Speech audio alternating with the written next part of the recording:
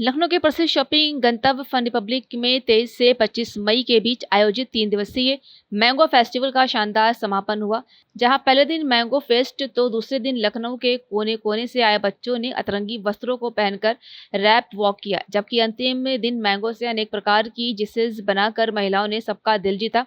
Fun Republic mall के general manager Ashwani Singh ने कहा है कि मैंगो फेस्ट का ये सीजन कमाल का था। मैंगो फेस्ट के अंतिम दिन विजेताओं को सम्मानित करते हुए अश्वनी सिंह ने कहा है कि जिस तरह का टैलेंट लखनऊ में है वो वाकई काबिले तारीफ है। हम आगे भी इस तरह के शानदार इवेंट करते रहेंगे। फन रिपब्लिक मॉल में मई मेनिया मैंगो फेस्टिवल सीजन 2 का आयोजन किया गया है, समापन हो रहा है। तो सीजन 1 से सीजन 2 में क्या अंतर था और सीजन 2 में क्या क्या एक्टिविटीज है? पहले तो बहुत बहुत नमस्कार सभी दर्शकों को मेरी तरफ से, फन रिपब्लिक मॉल की तरफ से।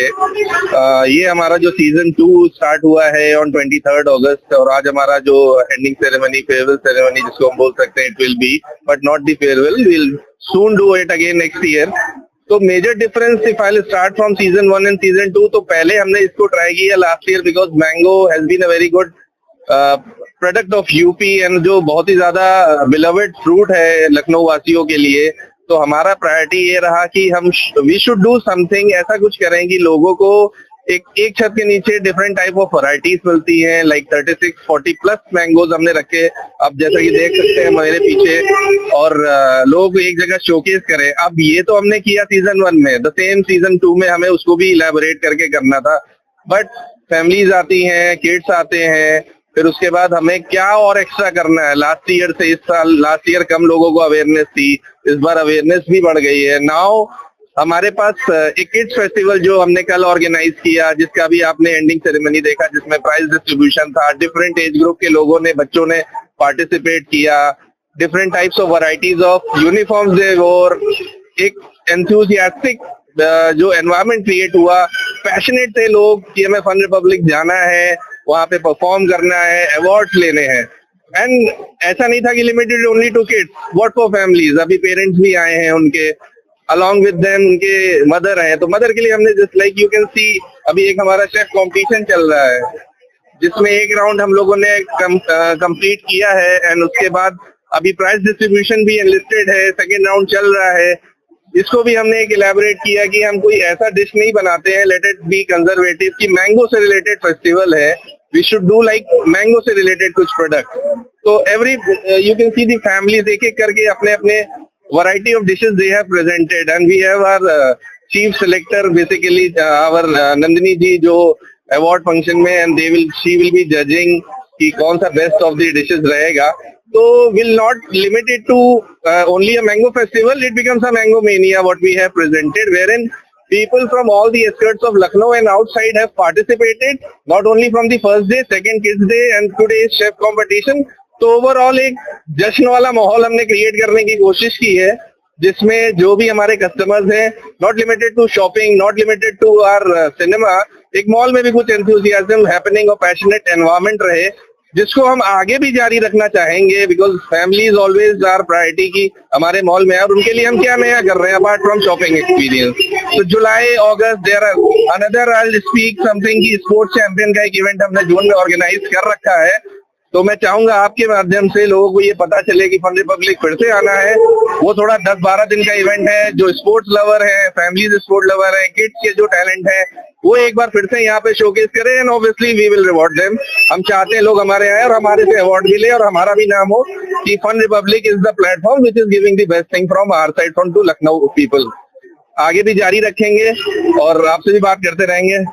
Thanks a lot. अगर डिकोर की बात करें तो बहुत खूबसूरत एक घाटी लुक है, बिल्कुल आपका पेड़ भी है, कोयल की फूल भी है, ये आइडिया कैसे आया? एक नॉर्मली अगर आप देखोगे मलियाबाद की साइड पे आप जाओ, हम लोग बचपन में भी गए, अभी भी जाते रहते हैं, और अगर आप जाओगे तो आपको एक एनवायरनमेंट मिलेगा, तो वहाँ पे पेड़ है, वहाँ पे चारपाई डली हुई है, खस की सारी चीजें रखी है, पैकिंग हो रही है आम का, तो वो कोई एक्स्ट्रा एडवांसनेस नहीं कर सकते कि ग्लास लगा के शोकेस कर दें। इट हैज टू बी मतलब प्रीबियोटिक टाइप का, हिस्टोरिक टाइप का, कि कैसा आम एक्चुअली प्रेजेंट होता है गांव में, कैसे पैक होता है और कैसे हम शोकेस करते हैं। तो limited to it village concept, हमने वैसा एक कॉन्सेप्ट डेवलप किया, आम की पेटी जैसे पैक होती है वैसे हमने खस का वो लगाया, उसका बेस लगाया, डिस्प्ले किया टोकरियों में, नाम के साथ लोगों को पता चले और एक हमारा फेस्टिवल भी सक्सेस होता है तो थोड़ा सा एक कूलिंग एटमॉस्फेयर के अंदर हमने इसको ऐसा ऑर्गेनाइज किया कि लोगों को एक जरूरी नहीं है मलिहाबाद जाए और फन मॉल आके मलिहाबाद का मजा ले सकते हैं। That is our main priority.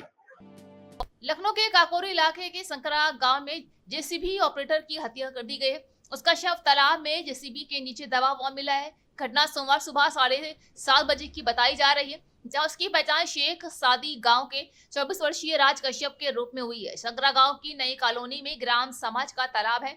वही आर्य प्रताप सिंह को 2019 से 29 तक उसमें मछली पालन का पट्टा मिला है, जहां तालाब की खुदाई और बाउंड्री का निर्माण चल रहा है। 5-6 ट्रैक्टर और जेसीबी से काम चल रहा था, जहां राज तालाब में जेसीबी चलाता था। रात में सभी ट्रैक्टर चालक और अन्य मजदूर चले जाते हैं और राज वहीं पर रुककर रखवाली करता है। बता दें कि सोमवार सुबह करीब 7:30 पे ग्रामीण तालाब की ओर आए। उन्होंने राज का शव जेसीबी के लोडर के नीचे दबा हुआ देखा। ग्रामीणों ने इसकी सूचना पुलिस को दी। मौके पर पहुंची पुलिस टीम ने छानबीन शुरू की है, जहां फोरेंसिक टीम ने साक्ष्य एकत्र कर लिए है। डीसीपी पश्चिम विश्वजीत श्रीवास्तव का कहना है कि संदिग्ध परिस्थितियों में मौत लग रही, हालांकि घटना कैसे हुई इसकी जानकारी अभी जुटाई जा रही है। लखनऊ की वजीरगंज स्थित कचहरी के पास चैम्बर में शनिवार रात अधिवक्ताओं के 2 पक्षों में फायरिंग हो गई, जहां 2 वकील गोली लगने से गंभीर रूप से घायल हो गए।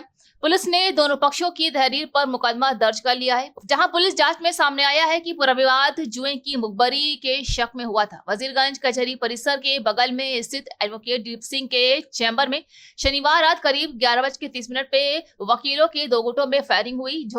गोली मड़ियाव निवासी एडवोकेट अंबिका सिंह और दूसरे पक्ष के मलियाबाद निवासी एडवोकेट साकिब को लगी। सूचना पर पहुंची पुलिस ने दोनों पक्षों के घायल को इलाज के लिए ट्रॉमा सेंटर भेजा, जहां दोनों पक्षों ने रविवार को वजीरगंज थाने में तहरीर दी है।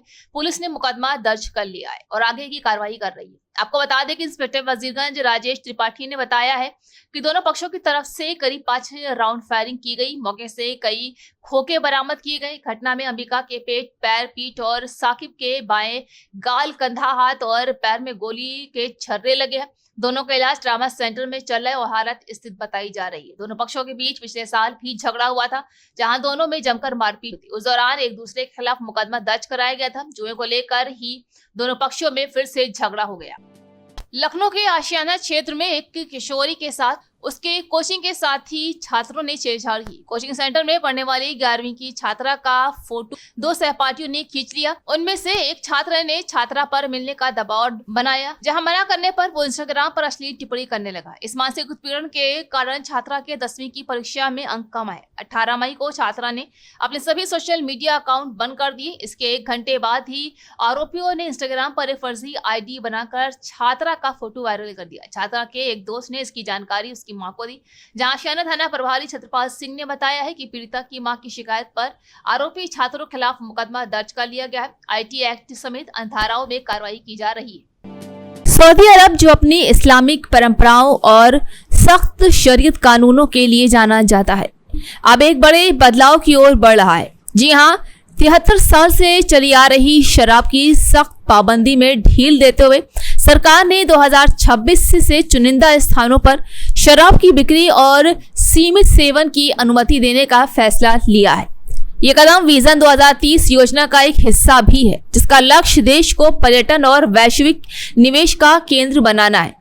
नए नियमों के तहत शराब की बिक्री सिर्फ 5 star hotel, high and resorts, diplomatic zone और नियोन सिंदला द्वीप जैसे प्रमुख पर्यटन प्रोजेक्ट्स में होगी। ये सुविधा सिर्फ अंतर्राष्ट्रीय पर्यटकों और प्रवासियों के लिए होगी, जबकि सऊदी नागरिकों और सार्वजनिक स्थानों पर शराब प्रतिबंधित रहेगी। सिर्फ बियर, वाइन और साइजर जैसे हल्के अल्कोहल पेय परोसे जाएंगे, जहां विस्की, रम जैसे स्ट्रॉन्ग ड्रिंक्स पर बैन अभी भी जारी है। शराब सिर्फ लाइसेंस प्राप्त स्थानों पर प्रशिक्षित स्टाफ द्वारा परोसी जाएगी। नियम तोड़ने पर सख्त कार्रवाई भी होगी। जी हाँ, ये फैसला 2030 एक्सपो और 2034 फीफा वर्ल्ड कप की मेजबानी की तैयारी का हिस्सा है। इससे पर्यटन, हॉस्पिटैलिटी और रोजगार को बढ़ावा मिलेगा। हालांकि सवाल अब ये उठ रहा है कि आधुनिकता की ओर एक कदम सऊदी की धार्मिक पहचान को प्रभावित करेगा। ये बदलाव परंपरा और प्रगति के बीच संतुलन की कोशिश है।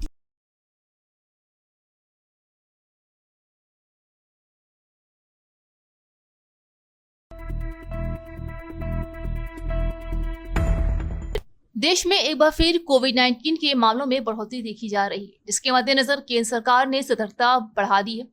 केंद्रीय स्वास्थ्य सचिव की अध्यक्षता में शनिवार को एक उच्च स्तरीय बैठक आयोजित की गई, जिसमें ICMR, DGHS, NCDC और DHR के वरिष्ठ अधिकारियों ने भाग लिया। बैठक में ये समीक्षा की गई कि केरल, तमिलनाडु, महाराष्ट्र और कर्नाटक से कोविड के नए मामले सामने आए। हालांकि इनमें अधिकांश हल्के लक्षण वाले मरीज हैं जो होम आइसोलेशन में ठीक हो रहे हैं। विशेषज्ञों ने आश्वस्त किया है कि स्थिति अभी नियंत्रण में है, लेकिन सरकार किसी भी संभावित खतरे से निपटने के लिए तैयार है।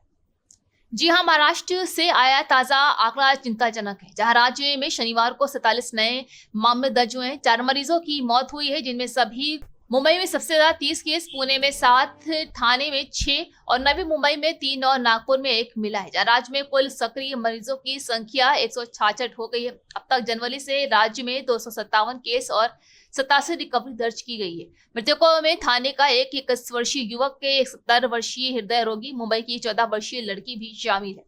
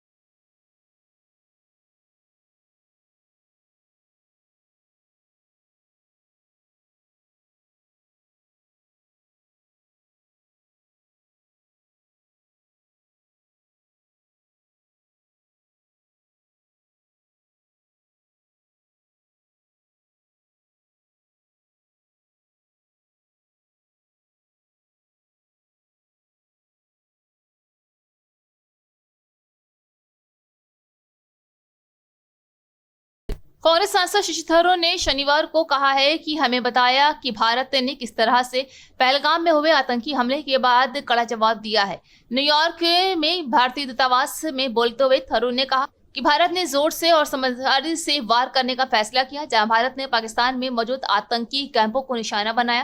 भारत ने कार्रवाई इसलिए की ताकि स्थिति और ज्यादा न बिगड़े। जी हां, पहलगाम में हुए हमले के बाद भारत ने 7 मई को पाकिस्तान में ऑपरेशन सिंदूर चलाया। यह हमला इतना भयानक था कि भारत को जवाब देना जरूरी था। वहीं थरूर ने एक सर्वदलीय प्रतिनिधि मंडल का नेतृत्व कर रहे हैं। ये प्रतिनिधि मंडल अमेरिका के साथ अन्य कई देशों का दौरा कर रहा है। इस दौरे का मकसद दुनिया को ये बताना है कि भारत आतंकवाद के खिलाफ एकजुट है। इस प्रतिनिधि मंडल का पहला पड़ाव न्यूयॉर्क में 9/11 मेमोरियल रहा।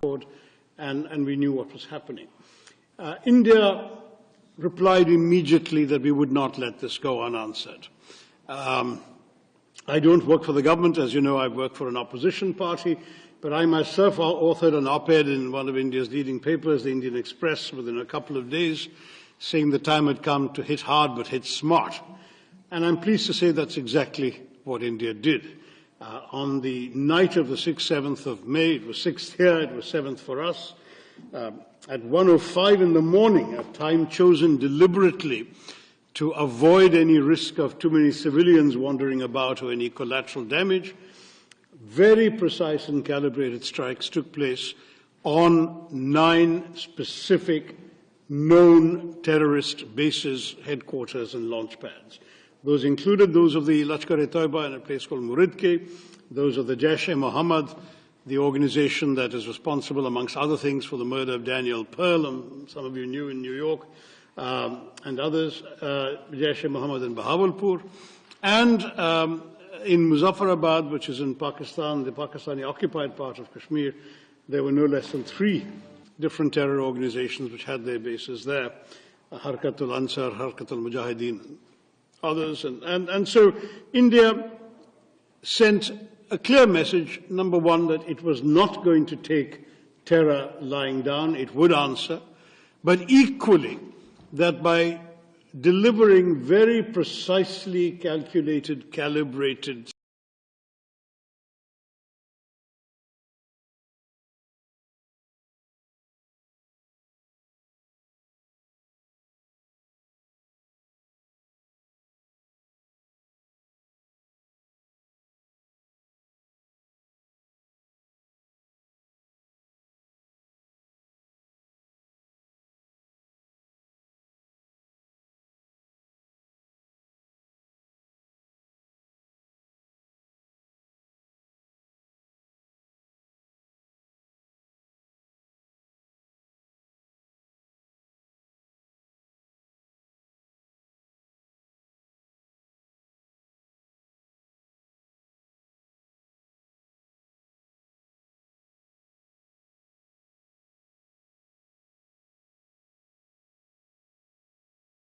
लालू प्रसाद यादव ने अपने बेटे तेज प्रताप यादव को पार्टी से बाहर का रास्ता दिखा दिया है, जहां अफेयर के खुलासे के बाद ये बड़ा एक्शन लिया गया है। जी हां, इस पर पप्पू यादव और प्रशांत किशोर ने अपनी प्रतिक्रिया दी है। पप्पू यादव ने तेज प्रताप का समर्थन करते हुए कहा है कि प्यार और शादी करना कोई गुनाह नहीं है, जबकि प्रशांत किशोर ने इसे राजनीति का हिस्सा बताया है। राजनीति और निजी जीवन अलग है, जो उनको करना है वो कर रहे हैं, वो अब बड़े हैं। पहले बिहार का बंटाढार हुआ और अब परिवार को बंटाढार करने में लगे। अब आप जब अपने बच्चों की सच्चाई को स्वीकार नहीं कर सकते हैं लालू जी, और क्या स्वीकार करिएगा तो भगवान ही जाने।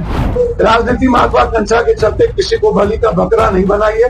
लालू यादव किसको परिवार से निकाल रहे हैं, किसको परिवार में रख रहे हैं, इससे बिहार का क्या लेना देना है। जो भावना राष्ट्र अध्यक्ष जी की थी, पिता की थी, उन्होंने स्पष्ट कर दिया है। और हम तो नेता विरोधी दल है, राष्ट्र अध्यक्ष वो है, जो उनका निर्णय है उन सबको हम लोग जो है पालन करते हैं। तो हम लोगों को भी ये चीजें ठीक नहीं लगती हैं, तो जो निर्णय हुआ है वो हम लोग। आपको क्या लगता है राजनीति में, पॉलिटिक्स में मॉरलिटी कितना होना चाहिए? ये देखिए, राजनीति और निजी जीवन अलग है जी। हमारे बड़े भाई हैं, वो निजी जीवन में क्या फैसले लेते हैं उससे हमको क्या लेना देना है। वो बड़े हैं, उनको पता है उनके निर्णय से क्या फायदा होगा, नुकसान होगा। और राजनीतिक में, निजी जीवन में इसमें हम क्या टिप्पणी करेंगे। जो उनको करना है वो कर रहे हैं, वो अब बड़े हैं। सार्वजनिक जीवन में अगर आप निजी जिंदगी में अनैतिक हैं तो राजनीति में भी आप नैतिक नहीं हो सकते। ये उसी का परिणाम है। पहले बिहार का बंटाढार हुआ और अब परिवार को बंटाढार करने में लगे हुए। लेकिन इधर छोटे भाई तेजस्वी यादव ने कहा कि वो तो समर्पित हैं बिहार की जनता के लिए।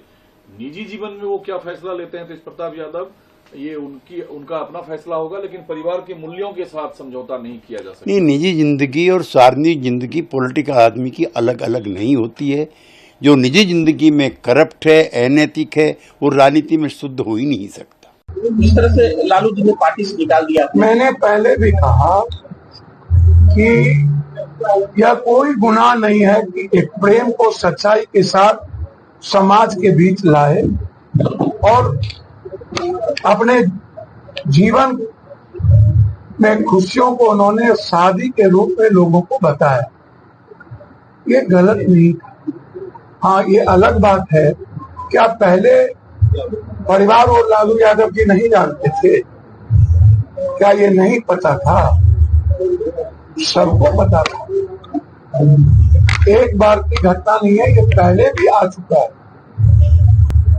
और आज जब आप बिल गेट्स को याद कीजिए, अमेरिका के बिल गेट्स को उन्होंने स्वीकार किया था कि हमसे भूल हुई, पूरी अमेरिका ने उसे। अब लालू जी, आपके बेटे ने तो कोई गलत किया नहीं, बलात्कार तो किया नहीं। हर पार्टी में सेंगर जैसे लोग, भूषण जी जैसे लोग, हर पार्टी में बाबा कई बड़े बड़े बाबा, कई बड़े बड़े नेता पौर देखते हैं, बलात्कार के आरोप है, घटना घटित हुई है, किसको किसको निकाला गया। बीजेपी ने ब्रजभूषण को निकाल दिया, सेंगर को निकाल दिया, बीजेपी ने बाबाओं को निकाल दिया, ब्रह्मदत्त द्विवेदी को निकाल दिया, बीजेपी ने होम मिनिस्टर जो मालिश करा रहे थे उसको निकाल दिया। यहाँ बिहार में कई ऐसे नेताओं पर आरोप है, बोलेंगे तो आग लग जाएगी। इवन लालू यादव के दल में भी कई बलात्कारी घटना विधायकों पर लगे हैं, उनके यहाँ तो आप बार बार जाते, पार्टी चलाने के लिए पैसे लेते हैं। और एक व्यक्ति ने, एक बच्चे ने अपने अच्छी जीवन जीने के लिए यदि समाज में एक चीज को स्वीकार किया तो आप राजनीतिक महत्वाकांक्षा आपकी इतनी ऊंची हो गई, अब आप जब अपने बच्चों की सच्चाई को स्वीकार नहीं कर सकते हैं लालू जी, और क्या स्वीकार करिएगा ये तो भगवान ही जाने। राजनीति महत्वाकांक्षा के चलते किसी को बलि का बकरा नहीं बनाइए। राजनीति यह नहीं कहती है यदि कोई बच्चे प्रेम को शादी में बदलकर समाज में उसे एक्सेप्ट करके लाया कि उस बच्ची को और इस पूरे बिहार की बेटियों को गर्व होनी चाहिए, उससे गलत नहीं। किस बेटे को निकाल दिया? नाना ऐसा है, लालू यादव किसको परिवार से निकाल रहे हैं, किसको परिवार में रख रहे हैं, इससे बिहार का क्या लेना देना है। लालू यादव ने क्या कहा है कि कोई यादव समाज का काबिल आदमी है उसको हम नेता बना देंगे। लालू यादव तो आज भी यही चाहते हैं कि तेजस्वी यादव ही बिहार के नेता बने। हम लोग तो जनसुराज में हमने ओपन कहा है कि राजद की ओर से लालू जी ये कह दें कि अगर वो जात की बात करते हैं, छोड़िए पूरा बिहार का बात, अगर उनको यादवों की चिंता है तो यादव समाज से किसी आदमी को मुख्यमंत्री का चेहरा घोषित कर दे, जनसुराज उनके समर्थन में खड़ा हो जाएगा। खड़ा होकर दिखाइए। अरे ये जात की बात करने वाले जो नेता हैं, ये जात की राजनीति नहीं कर रहे हैं, ये अपने परिवार की राजनीति कर रहे हैं, अपने बच्चों की राजनीति कर रहे हैं।